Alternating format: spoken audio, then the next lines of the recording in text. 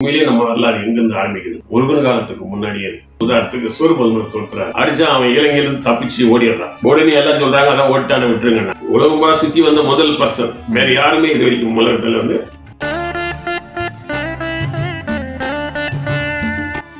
இவனுங்க என்னன்னா இப்ப யாரு மெகலன் வந்தாரு, மெஸ்கி வந்தாரு, வாஸ்கோமனா கவி வந்தாரு, இவன் லேட்டா பாத்துருக்கான். தெரிஞ்சாங்க முருகன் மேல பற்று அதிகம் தான் இல்லையா? அவர் நடிச்சது ஒண்ணு முருகன் வேஷம் தான் போட்டிருக்காரு. அதுல உலக சுற்றுவாளிகள் படம் பாத்தீங்கன்னா வந்து அசோகன் என்ன சொல்றாரு, மிஸ்டர் முருகன் சயின்டிஸ்ட் முருகன் மாதிரி. சயின்டிஸ்டுக்கு போய் முருகன் பேரு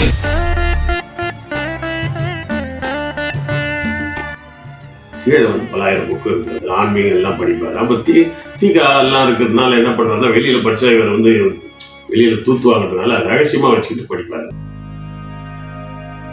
பல பேருக்கு இந்த மலேசியா வரலாறு ரொம்ப சுரிக்கிறாங்க. ஏதோ மலேசியாவுக்கு நம்ம ஆளுங்க தேயிலை தோட்டத்துக்கு வேலை செய்ய போன மாதிரியும், அங்க வேலை செஞ்சுட்டு இப்பதான் ஏதோ ஒரு 100 ஆண்டு வெள்ளக்காரன் பெரியல போய் வந்த மாதிரியும் வரலாறு சுரிக்கிறாங்க.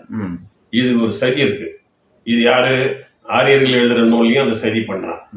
நம்ம ஆளுங்களும் அது முட்டாள்தனமா என்ன பண்றோம், இப்பதான் வந்து முருகன் கோயில் வந்த மாதிரியும் அது போய் 10 கேவல பார்த்த மாதிரியும் பண்றாங்க. அது இப்பதான் கொஞ்சம் கொஞ்சமா வெளியில வருது. முருகன் கோயிலுக்கு அந்த மக்கள் வந்து ஒவ்வொரு இருக்காங்கன்னா, இப்போ பழனியில் இவ்வளோ கூட்டம் கூடுது அப்படின்னா அதுக்கு ஒரு வரலாறு இருக்க போய் தான். தொன்மையான வரலாறு இல்லைன்னா அந்த கோயிலுக்கெல்லாம் போக மாட்டாங்க. அதுவும் தொன்மையான வரலாறு இருக்கு. அதை விட ஹைட்டான ஒரு கோயிலை வந்து இப்போ சேலத்தில் கட்டியிருக்காங்க.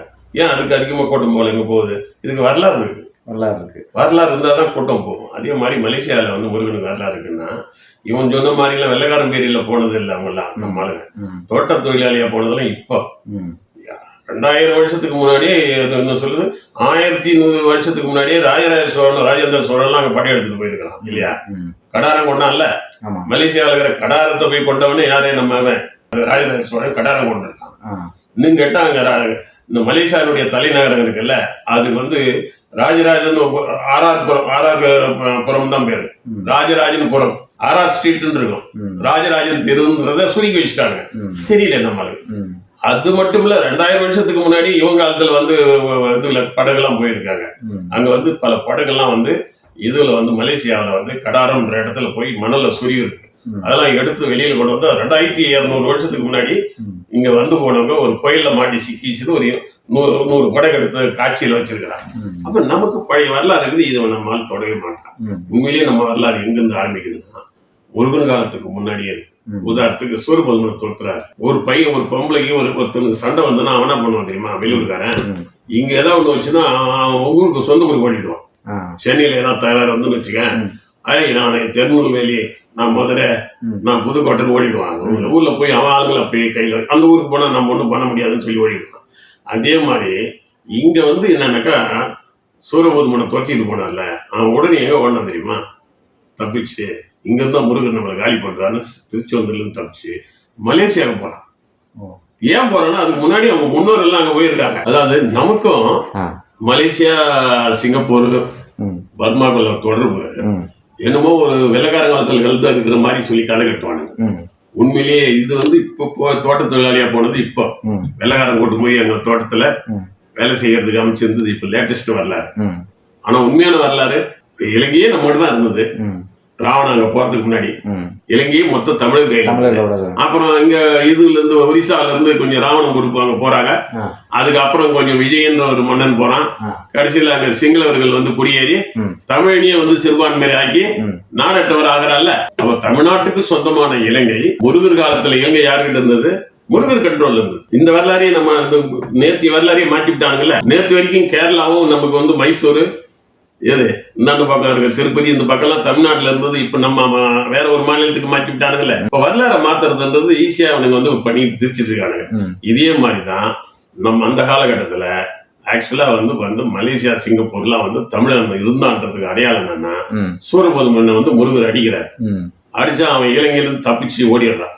உடனே எல்லாம் சொல்றாங்க அதான் ஓட்டான விட்டுருங்கண்ணா. ஓட்டா விட்டுறக்கூடாது, அவன் திருப்பி ஏதாவது திரும்பி வந்து அடிச்சான்னு அடிப்பான், விடக்கூடாதுன்னு இவரு ஒரு 100 படகுல நல்ல ஒரு சிறு கப்பல்ல துரத்துற. சின்ன வயசு தைரியம் ஆட்டி தூக்கிட்டு போறாரு. அங்க இந்த ராஜீவ்காந்தி ஒரு காலத்துல துணிச்சலா சில வேலையை அந்த மாதிரி அடிச்சு தூக்கிட்டு போறாங்க. தூக்கிட்டு போய் எங்க போறாருன்னா அவர் போய் மலேசியாவில அவன் வந்து 10 கேவல போய் ஒழிகிறான். ஏன் 10 கேவல போய் ஒழிகிறான்? அங்க நம்ம ஆளுங்க ஏற்கனவே இருக்கிறாங்கன்றதுனால அவன் வந்து அந்த ரூட்டுக்கு போறான். அடிச்சு ஆத்தா வீட்டுக்கு போகணும்னு சொல்றாங்கல்ல, அந்த மாதிரி முன்னோர்கள் அங்க இருக்காங்க. சோமாலியா, மாலித்தீவு இதெல்லாம் வந்து இலங்கையில இருந்த பூர்வ குடிகள். அவன் ராவணன் வந்து அடிச்ச போது ஓடி போயிட்டாங்க அந்த பக்கம். இதே மாதிரி இது மாதிரிதான். ஆக நமக்கு மலேசியால இருக்கிற அந்த 10 மலைக்கு ஏற்கனவே தொடர்பு வந்திருக்கு. அவனை துரத்திக்கிட்டு போய் அங்கதான் வந்து அவர் காலி பண்றாரு. முருகர் வந்து சூரபதுமனை காலி பண்ற இடம் அங்கதான் பண்றாரு. அதனாலதான் வந்து அப்பத்திலிருந்து அந்த 10 மலை வரலாறு இருக்கு. அதாவது பதுமன் கேவு தான், சூரபதுமன் கேவு தான் அது. அதெல்லாம் இருக்கு இல்லையா, இந்த வரலாறு மாறிக்கிறாங்க. இதுலயே இப்ப புராணங்கள்ல என்ன ஒரு கதை இருக்குன்னா, அங்க போயிட்டு சூரபதுமன் சண்டை போட்டு எல்லாம் வந்தார்ல, திரும்ப ஒரு தடவை வரும்போது நக்கீரர்ல அவர் தப்பு பண்றாரு. ஒரு 1000 பேர் ஒன்னா சேர்த்துக்கிட்டு தமிழ் சங்கத்துல வந்து சிவனை எதிர்த்து போராடுறாரு. என்னன்னா அந்த தமிழ் மொழி தான் தொன்மையானது அப்படின்னு ஏதோ ஒரு வாதம் வருது. உடனே கோவம் வந்து என்ன பண்றாரு முருகரு, எங்க அப்பா சிவனையை நீங்க எதிர்த்து தமிழ்ச்சங்கம் நடத்த விடாம பண்றாங்க. உடனே தூக்கி அவங்களுக்கு உள்ள போடுறாரு தெரியுமா. 1000 பேரை தூக்கிட்டு போய் கரெக்டா அந்த 10 மலை முருகன் கோயில்ல போய் உள்ள போடுறாரு. அது என்ன பண்ணணும், அந்த மாநில தூக்கி போடுறாங்க தெரியுமா கைதியில. இந்த பழக்கம் எப்படி வந்தது? இது இப்பவே வந்து சில புராணங்கள்ல யூடியூப்ல வருது, அதுலயே போட்டான். அது அந்த காலத்திலேயே வந்து அங்க கொண்டு போய் இன்னைக்கு இல்ல, சூரபதுமன் காலத்துக்கு பின்னாடி முருகர் 1000 பேர் தூக்கி உள்ள போட்டாரு. அந்த சிறைசாலையில இவன் இருந்தார் நைக்கிறது. அவர் வேற வழியில சரி அப்புறம் என்ன பண்ணாருன்னா, மன்னிப்பு கேட்கணும்னா எப்படி தெரியும், பாட்டுலாம் எழுதுறாரு. யாரு முருகனை பத்தி அறுபடை வீடுன்னு ஒரு பாட்டு எழுதி அதை வந்து தகவல் சொல்லி அனுப்பிச்சு, நாம தெரிஞ்சுட்டேன் இந்த மாதிரி உங்களுக்கு பாட்டுலாம் எழுதி உங்க வரலாறுலாம் பண்ணியிருக்கிறேன்னு. சரி மன்னிக்கிற பழக்கம் தான் முருகனுக்கு கொண்டு இல்ல, வாயான்னு சொல்லி திருப்பி எல்லாரையும் சிறையிலேருந்து மீட்டு கொண்டு வர்றாரு. அப்படி வந்துதான். அப்ப அந்த காலத்துல இருந்தே நம்ம மலேசியா மற்ற ஊருக்கு நம்ம ஊருக்கும் தொடர்பு இருக்கு. இந்த வரலாறு நீங்க புதுப்பிச்சுன்னா மலேசியா நாம குடிய வகை நாயகசை. இப்ப மலேசியால தமிழர்கள் 2வது குடியாதான் இருக்காங்க. நாம முதல் தர குடி நாம தான். இந்த வரலாறு நம்ம கொண்டு வர்றதில்ல வெளியில. அதனால முருகனை வெளியில கொண்டு வந்தா நம்ம மலேசியாவுக்கும் நம்ம தொன்மையானவங்க, சிங்கப்பூருக்கும் தொன்மையானவங்க, பூர்ணீர் வருது இல்லையா பேர்ல, பர்மாவுக்கும் நம்ம சொந்த தெரிஞ்சவங்க. அதே மாதிரி உலகம் பூரா ரவுண்ட் படிச்சுட்டு வந்த இந்த வரலாறு இருக்கும்.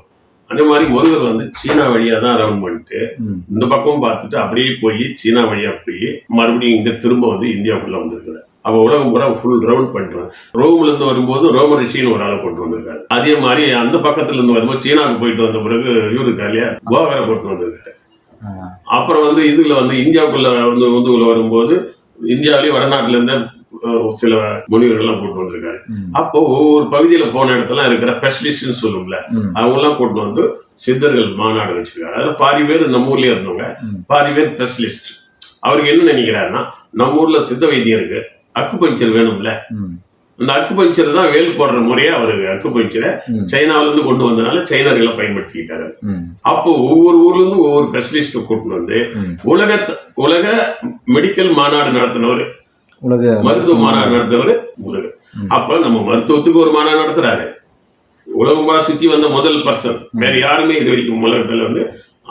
இவனுங்க என்னன்னா, இப்ப யாரு மெகலன் வந்தாரு, மெஸ்கி வந்தாரு, வாஸ்கோமனா காமி வந்தாரு, இவன் லேட்டா பார்த்திருக்கிறான்.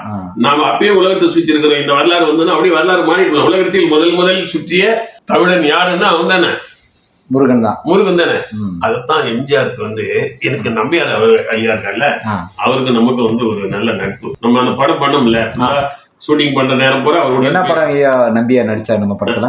நீங்களே ஆமா, நீங்களே உண்மையான இதா வருவாரு, நம்பியார் வருவாரு. நாங்க அப்பா இரவு பூரா உட்காந்து பேசுவோம் நம்பியார் கிட்ட. அப்ப அவர் சொன்னாரு, உலக சுற்று வாலிபனை பத்தி பேசுவோம். என்ன சார் உலக சுற்று வாலிபன் எதுக்குங்க அதுக்கு பேர் வச்சு? ஏப்பா உலகம் சுட்டு முருகனே பேர் வச்சாரு யாரு, எம்ஜிஆரு. சரி ஏதோ வெறும் ஆன்மீக படம் ஆயிடக்கூடாதுன்னு சொல்லிட்டு நாம, ஏன்னா அப்புறம் மாத்தினாங்க. எம்ஜிஆருக்கு முருகன் மேல பற்று அதிகம். எம்ஜிஆர் மீது முருக பற்று அதிகம் எம்ஜிஆருக்கு. எம்ஜிஆருக்குன்னாரு. எம்ஜிஆர் என்ன இல்லைங்க, அவர் நடிச்சது ஒன்றும் முருகன் வேஷம் தான் போட்டிருக்காரு. ஆன்மீகத்துல முருகன் வேஷம் போட்டு நடிச்சிருக்காரு, அது மேல பண்ண மாட்டாரு. அவருக்கு முருகன் மேல பற்று உண்டு. ஏன்னா கேரளா பீப்புள்ஸ் எல்லாம் வந்து பழனியில் தான் வந்து கும்பிடுவாங்க. அவருக்கு உண்டு. உலக சுற்று வாலிபன் வைக்கும் போது அந்த படத்துல அவர் பேர் என்ன வைக்கலாம்னா, ஒவ்வொருத்தரும் ஒரு பேர் சொல்லியிருந்தாங்க. அவர் தான் சொன்னாரு, உலக சுற்று முருக வாலிபன்ல என் பேர் முருகன் பேர் வைன்னு சொல்லி. அதுல உலக சுற்று வாலிபன் படம் பாத்தீங்கன்னா வந்து அசோகன் என்ன சொல்றாரு, மிஸ்டர் முருகன் சயின்டிஸ்ட் முருகன். சயின்டிஸ்டுக்கு போய் முருகன் பேர் வச்சிருக்கீங்களேன்னு கேட்டேன். அப்போ அவர் எம்ஜிஆர் பிடாப்பிடியா சொல்றாருயா, முதல்ல உலகத்தை சுத்தி வந்தவன் தான் என் முதல் சயின்டிஸ்ட்னு.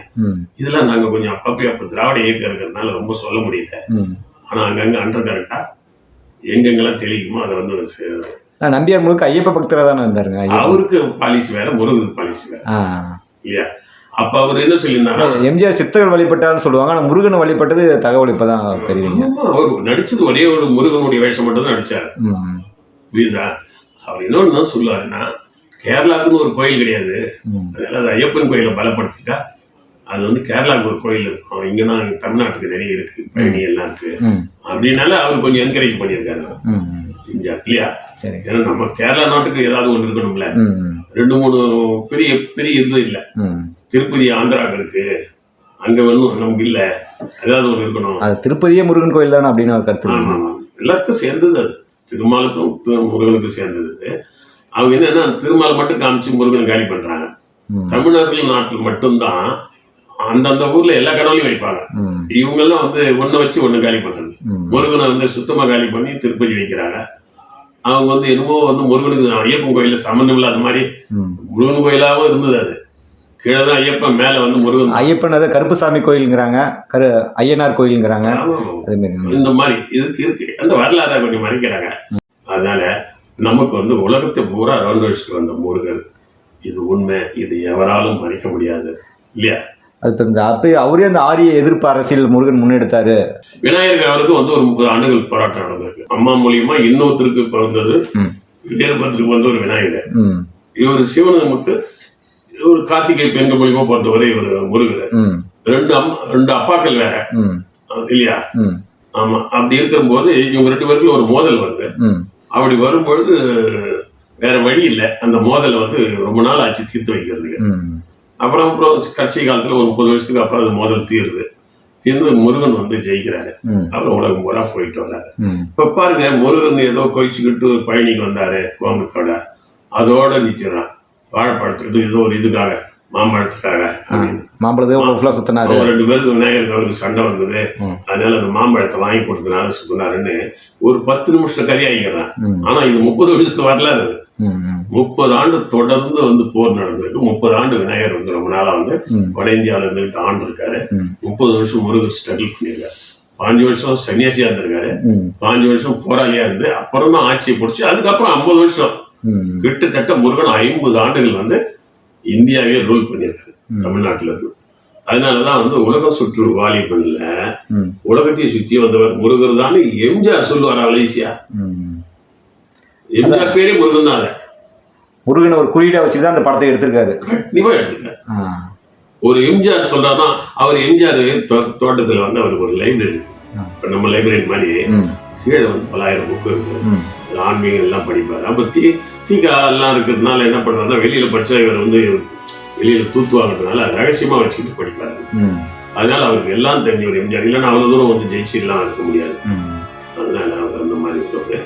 அதனால முருகனுடைய வரலாறை வெளியிலே கொண்டு வர்றது தமிழர்களுடைய எழுச்சி வரும்பொழுது முருகன் கடல் கொந்தளிக்கும் போது கடல்ல இருக்கிற பொருள் பூரா வெளியில வரும்ல இல்லையா?